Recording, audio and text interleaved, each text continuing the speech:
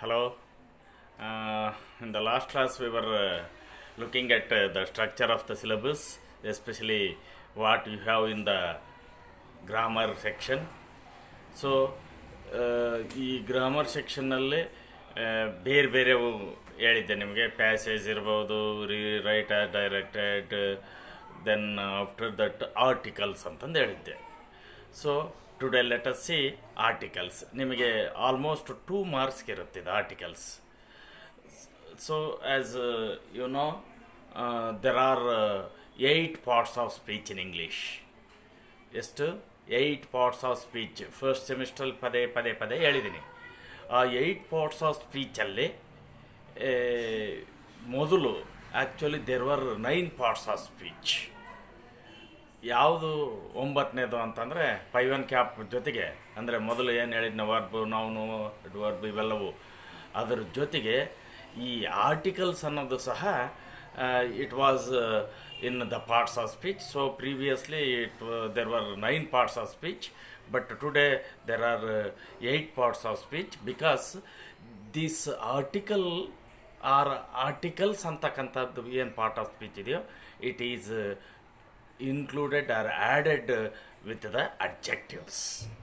So articles are adjectives. What I mean to say, articles ಅಂದರೆ adjectives. So ಇವನ್ನ ಏನಕ್ಕೆ use ಮಾಡ್ತಾರೆ, how to use ಅಂದರೆ, usually ನಿಮಗೆ ಎಕ್ಸಾಮಿನೇಷನ್ನಲ್ಲಿ ಒಂದು ಡ್ಯಾಶ್ ಕೊಟ್ಟಿರ್ತಾರೆ, ಅದರಲ್ಲಿ ಏನು, ಆ್ಯನ್, ದ ಬರಿಬೇಕಂತಕ್ಕಂಥದ್ದು ಗಮನಿಸಬೇಕು.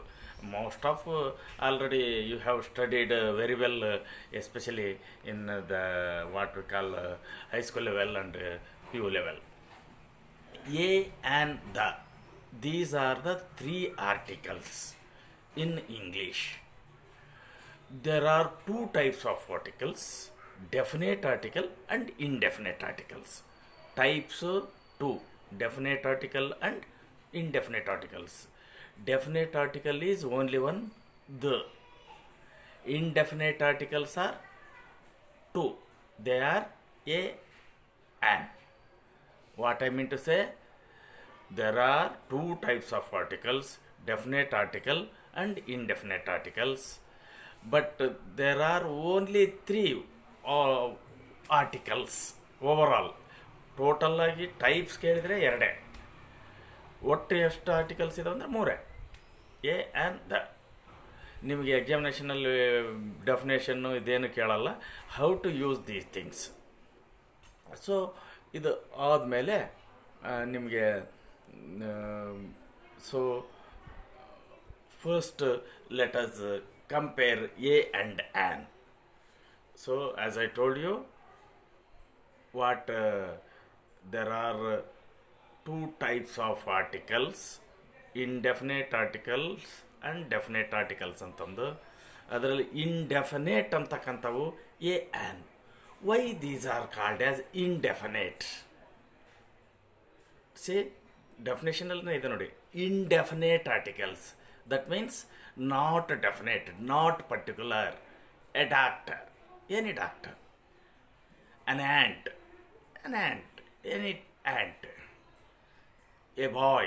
ಸೊ ಇಲ್ಲಿ ಯಾವುದೇ ಪರ್ಟಿಕ್ಯುಲರ್ ಬಾಯ್ ಅಲ್ಲ, ಎ ಬಾಯ್, ಆ ಥರ. So indefinite articles are the articles which are not particularly using to a person. They are generally mentioned. So ಹಾಗಾದರೆ how we may compare and contrast a and an? These are indefinite articles. So generally we use a, ಅಂದರೆ a ಅಂತಕ್ಕಂಥದ್ದು ಏನು article ಇದೆಯೋ, we use before words which begin with consonants. So in English vowels consonants ಅಂತಂದಿದ್ದಾವೆ. Among 26 letters, 21 letters ಏನಿದಾವೋ ಅವು ಕಾನ್ಸನೆಂಟ್ಸ್. In 5 vowels ಇದ್ದಾವೆ, A E I O U ಅಂತಂದು. ಆ A E I O U ಬಿಟ್ಟು ಇನ್ನು ಉಳಿದಿರ್ತಕ್ಕಂಥ 21 ಕಾನ್ಸನೆಂಟ್ಸ್ ಇದಾವಲ್ಲ, B C D F G K L M N P, ಇವೆಲ್ಲವೂ ಇದಾವಲ್ಲ, ಇಂಥ ವರ್ಡ್ನಿಂದ ಬಿಗಿನ್ ಆಗ್ತಕ್ಕಂಥ ವರ್ಡಿನ ಹಿಂಭಾಗ ಎ ಬಳಸ್ತೀವಿ. A is used before the words which begin with consonants. So, for example, a doctor, a big car, a girl. So ಅಷ್ಟೇ ಅಲ್ಲ, ಒಂದೇನೋ a is used before the consonant words or consonant letter. ಮತ್ತು ಅದು ಬಿಟ್ಟು ಅಂದರೆ we also use a before you.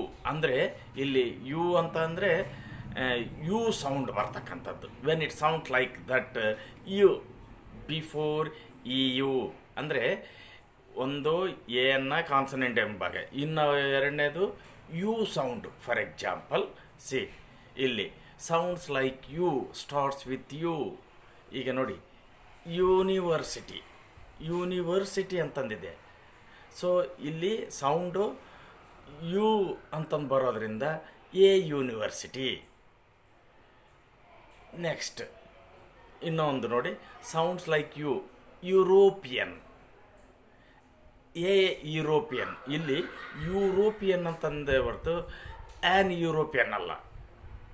ಇಂಥವೇ ಎಕ್ಸಾಮಿನೇಷನ್ಗೆ competitive ಎಕ್ಸಾಮ್ಸಿಗೆ ಕೇಳೋದು. Words beginning with U sound ಅಂತಂದು ಹೇಳಿನಲ್ಲ, ಯೂನಿವರ್ಸಿಟಿ, ಅಲ್ಲಿ ಯುದಿಂದ ಸೌಂಡ್ ಆದೂ ಸಹ ಅದು ಲೆಟರ್ ಸೌಂಡ್ ಮಾತ್ರ ಯು ಅಂತಂದು ಬರೋದ್ರಿಂದ ವಿ ಆರ್ ಯೂಸಿಂಗ್ ಎ. ಅದೇ ರೀತಿ European city, A European city, ಇಲ್ಲಿ ಸೌಂಡು ಯು ಅಂತಂದು ನೀವು ಕಲರ್ ಲೆಟರ್ಸ್ ನೋಡಿದ್ರೆ ಗೊತ್ತಾಗುತ್ತೆ. ಅದೇ ರೀತಿ ವಿ ಯೂಸ್ ಆ್ಯನ್. ಸೊ ನೀವು ಭಾಳ ಕ್ಲೀನಾಗಿ ನೆನ್ಪಿಟ್ಕೋಬೇಕು, ಯಾವ ವರ್ಡ್ ಬಿಗಿನಿಂಗ್ ಲೆಟರ್ ಕಾನ್ಸನೆಂಟ್ ಇದ್ದರೆ, ಕಾನ್ಸನೆಂಟ್ ಲೆಟರ್ ಇದ್ದರೆ, ಬಿ ಸಿ ಡಿ ಇಂಥವು ಏನಾದರೂ ಇದ್ದರೆ ಅಥವಾ ಯು ಸೌಂಡ್ ಇದ್ದರೆ ಅದರ ಹಿಂಭಾಗ ನೀವು ತಗೊಳ್ತಕ್ಕಂಥದ್ದು A.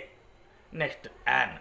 ಆ್ಯನನ್ನು we use before words which begin with vowels, A E I O U ಅಂತಂದು ಹೇಳಿನಲ್ಲ, ಇವು ಆ್ಯಕ್ಚುಲಿ ಇಂಗ್ಲೀಷಲ್ಲಿ 20 ಓವೆಲ್ಸ್ ಇದ್ದಾವೆ. ಅದರಲ್ಲಿ ಮಾನಫ್ತಾಂಗ್ಸ್ ಇದ್ದಾವೆ, ಡಿಫ್ತಾಂಗ್ಸ್ ಇದ್ದಾವೆ. ಅದನ್ನು ನಾವು ಸ್ಟಡಿ ಮಾಡಲ್ಲ, ಬೇಕಾಗಿಲ್ಲ. ಬಟ್ ಇಲ್ಲಿ 25 ಓವೆಲ್ಸ್ ಅಂತ ನೆನ್ಪಿಟ್ಕೊಂಬಿಡಿ. We use an before words which begin with vowels. So for example an apple. ಇಲ್ಲಿ ನೋಡಿ, ಆ್ಯಪಲ್ನ ಬಿಗಿನಿಂಗ್ ಲೆಟರ್ ಎ ಇದೆ, ಅಂದರೆ vowel. An apple, an interesting film. So we also use an before words begin with silent H. ಅಂದರೆ beginning letter H ಇರುತ್ತೆ, ಆದರೆ sound silent ಆಗಿರುತ್ತೆ. For example hour ಅಂತಂದಿದೆ ನೋಡಿ. ಈಗ for example silent H hour, an hour, an hour, half on hour ಅಂತಂದು ಹೇಳಲ್ವ, ಹಾಗೆ. ಅಂದರೆ ನೆನ್ಪಿಟ್ಕೊಳ್ಳಿ, ಆ್ಯನನ್ನು ಯೂಸ್ ಮಾಡ್ತಕ್ಕಂಥದ್ದು before the vowels, before the word beginning with H but it is silent. Next ಇಲ್ಲಿ ನೋಡಿ, ಹಾರ್ಡ್ ಇದ್ದರೆ ಎ ಹೌಸ್, ಹಾರ್ಡ್ ಎಚ್ ಅಂತಂದ್ರೆ ಇಲ್ಲಿ ಹೌಸ್ ಅಲ್ಲ, ಇದು ಹೌಸ್, ಆದ್ದರಿಂದ ಎ ಬರುತ್ತೆ. ಅದೇ ಅವರಲ್ಲಿ H O U R, hour, hour ಅಲ್ಲ. ಆ ಕಾರಣಕ್ಕೋಸ್ಕರ ಅಲ್ಲಿ ಆ್ಯನ್ ಬರುತ್ತೆ ಅವರಲ್ಲಿ, ಹೌಸಲ್ಲಿ ಎ ಬರುತ್ತೆ. So next let us compare a an and the. So ನೀವು ನೆನ್ಪಿಟ್ಕೊಳ್ಳಿ, ಇಲ್ಲ ಅಲ್ಲಿ ಇನ್ನೂ ಒಂದು ನಾನು ಮಿಸ್ ಮಾಡಿದ್ದೀನಿ. ಎ ಅನ್ನು ಉಪಯೋಗಿಸ್ತಕ್ಕಂಥದ್ದು words beginning with the letter consonant. Words beginning with the letter or sound U sound. ಇನ್ನು ಒಂದು ಒನ್ ಅಂತಂದು ONE ಒನ್ ಅಂತಂದು ಎಲ್ಲೇ ಬರಲಿ ಅದರ ಹಿಂಭಾಗ ಯಾವಾಗಲೂ ಎ ಬರ್ಬೇಕು, ನೆನ್ಪಿಟ್ಕೊಂಬಿಡಿ. ಇವು ಮೂರು. ಆ್ಯನ್ ಎಲ್ಲೆಲ್ಲಿ ಯೂಸ್ ಮಾಡ್ತೀರಿ ಅಂತ ಅಂದರೆ before the vowels. Before the vowels ಅಂತಂದರೆ ಅಂಬ್ರೆಲಾ, ಇಂಕ್ ಪಾಟ್, ಈ ರೀತಿ ಆ್ಯಪಲ್, ಈ ರೀತಿ ಬಿಗಿನಿಂಗ್ ಆಗ್ತಕ್ಕಂಥದ್ದು. ನೆಕ್ಸ್ಟ್ ಮೊದಲನೇ ಲೆಟರು ಯೂಶ್ವಲಿ ಸೈಲೆಂಟ್ ಆಗ್ತಕ್ಕಂಥದ್ದು, ಎಸ್ಪೆಷಲಿ ಹಾಫ್ ಆನ್ ಅವರ್, ಈ ರೀತಿ ಆಗಿರ್ತಕ್ಕಂಥದ್ದು. ಸೊ ನೆಕ್ಸ್ಟ್ ನಾವು ನೋಡಬೇಕು ಅಂತ ಅಂದರೆ ಈಗ ದ ಹೇಗೆ ಯೂಸ್ ಮಾಡ್ತೀವಿ ಅಂತಕ್ಕಂಥದ್ದು ನೋಡು. ಈಗ ಫಾರ್ ಎಕ್ಸಾಂಪಲ್ ಇಲ್ಲಿ ಎರಡು ಡೈಲಾಗ್ ನಡೀತದೆ. ಸೊ ಒಂದು Mary, I bought a C D player and a T V yesterday ಅಂತಂದೆ. ಎ ಸಿ ಡಿ ಪ್ಲೇಯರ್ ಆದರೆ ಕೆಳಗಡೆ ಜೋಡ್ತಾನೆ, was the C D player expensive? ನೋಡಿ, ಅಲ್ಲಿ ಸಿ ಡಿ ಪ್ಲೇಯರ್ ಇದೆ, ಇಲ್ಲಿ ಸಿ ಡಿ ಪ್ಲೇಯರ್ ಅಂತ ಇದೆ. ಆದರೆ ಅಲ್ಲಿ ಯೂಸ್ ಮಾಡಿದ್ರೆ ಅಂದರೆ so someone, it was not known earlier, ಅದನ್ನು ಗೊತ್ತಿರಲಿಲ್ಲ, ಆದ್ದರಿಂದ ದಟ್ ಯಾವುದೋ ಒಂದು. ಆದರೆ ಇಲ್ಲಿ ಜೋ ಹೇಳ್ತಕ್ಕಂಥದ್ದೇನು, ನೀನು ತಗೊಂಡು ಬಂದಿದೆಯಲ್ಲ ಅದು ಎಕ್ಸ್ಪೆನ್ಸಿವ್. ಅಂದರೆ already the listener and speaker know very well about that thing. ಆವಾಗ ದಟ್ ಮೀನ್ಸ್ ಲಿಸನರ್ಗೂ ಸ್ಪೀಕರ್ಗೂ ಗೊತ್ತಿತ್ತು ಅಂತ ಅಂದರೆ ಅಂಥದ್ದು ಹಿಂಭಾಗ ಯೂಜ್ವಲಿ ಯೂಸ್ ಮಾಡ್ತೀವಿ. ಅದಕ್ಕೆ we usually use a or an with a noun to talk about a person or thing for the first time. ಇನ್ನೂ ಗೊತ್ತಿರಲ್ಲ, ಆವಾಗ ಎ ಆ್ಯನ್ ಯೂಸ್ ಮಾಡ್ತೀವಿ. ಅದಕ್ಕೆ ಎ ಸಿ ಡಿ ಪ್ಲೇಯರ್ ಅಂತಂದಿದ್ದು. ಇಲ್ಲಿ was the C D player expensive ಅನ್ನೋದಕ್ಕೆ ಲಿಸ್ನರ್ಗೂ ಗೊತ್ತು, ಸ್ಪೀಕರ್ಗೂ ಗೊತ್ತು. ಆದ್ದರಿಂದ ಆವಾಗ we can use the a C D player, ಅದಕ್ಕೆ ಹೇಳ್ತಾರೆ. ಆದರೆ we usually use the when talk about the person or thing again. ಇನ್ನೊಂದು ಸಾರಿ ಮಾತಾಡ್ಬೇಕಾದ್ರೆ ಅಂದರೆ ಪರ್ಟಿಕ್ಯುಲರ್ ಆಗಿ, ಆವಾಗ the C D player, the one that Mary bought, ಇಲ್ಲಿ ಎಕ್ಸಾಂಪಲ್ ಕೊಟ್ಟಿನಲ್ಲ ಅದರಲ್ಲಿ. ಸೊ ಅದೇ ರೀತಿ there are some special uses of a an and the. So we use a an with prices, frequencies, speeds. So ಇವೆಲ್ಲವೂ ನಿಮಗೆ ಅರ್ಥ ಆಗಲ್ಲ. ಅವು ಸ್ಪೀಡ್ಸು, ಪ್ರೈಸಸ್ಸು, ಫ್ರೀಕ್ವೆನ್ಸೀಸು ಅದ್ರ ಬಗ್ಗೆ ತಲೆಕೆಡಿಸ್ಕೊಳಕ್ಕೆ ಹೋಗ್ಬೇಡಿ. ಅನ್ನು ಎಲ್ಲಿ ಯೂಸ್ ಮಾಡಬೇಕು ಅಂತಕ್ಕಂಥದ್ದು ಆಲ್ರೆಡಿ ಹೇಳಿದ್ದೀನಿ. Before the consonants, before U sound ಅಂತಂದು ಹಾಗೆ ಮಾಡಿ, ಮತ್ತು ಬಿಫೋರ್ ಒನ್ ಅಂತಂದು ಎಲ್ಲಿ ಬರುತ್ತೆ ಅಲ್ಲಿ. ಆ್ಯನನ್ನು ಯೂಸ್ ಮಾಡ್ತಕ್ಕಂಥದ್ದು ಎರಡೇ ಹತ್ರ ನೆನ್ಪಿಟ್ಕೊಳ್ಳಿ. ಯು ಸೌಂಡು, ಸಾರಿ ಏನು ಓವೆಲ್ ಸೌಂಡು, ಮತ್ತು ಓವೆಲ್ WH ಸಾರಿ ಬಿಗಿನಿಂಗ್ ಲೆಟ್ರ್ ಏನಾದರೂ ಸೈಲೆಂಟ್ ಆಗಿದ್ದರೆ ಆವಾಗ ಸಹ ನೀವು ಯೂಸ್ ಮಾಡಬೇಕಾಗತ್ತೆ. ಸೊ ಈ ಪ್ರೈಸಸ್ ಇವೆಲ್ಲ ಬಿಟ್ಟಾಕ್ಬಿಡಿ. ನೆಕ್ಸ್ಟ್ ಸ್ಪೀಡ್, ಇದು ಬೇಡ, ಇದು ಬೇಡ. ಸೊ ಇಷ್ಟು ಈ ಎ ಆ್ಯನ್ ಬಗ್ಗೆ ಅಷ್ಟೇ ತಿಳ್ಕೊಂಡಿರಿ. ನೆಕ್ಸ್ಟ್ ಕ್ಲಾಸಲ್ಲಿ I will explain about what we call the in detail. So once again, before going to wind up this class, you have to keep in mind there are two types of articles. In all, there are three articles: definite articles, definite article and indefinite articles. Definite article the, indefinite article say and an. A ಇನ್ನು use ಮಾಡ್ತಕ್ಕಂಥದ್ದು before the consonant word, before U sound, before word one ಅಂತಂದು ಬರ್ತಾ ವಾ sound. An is used before the vowel and before the word which are beginning with letter silent. For example, an hour. So let us meet once again with the definite article the in the next class. Okay. Thank you.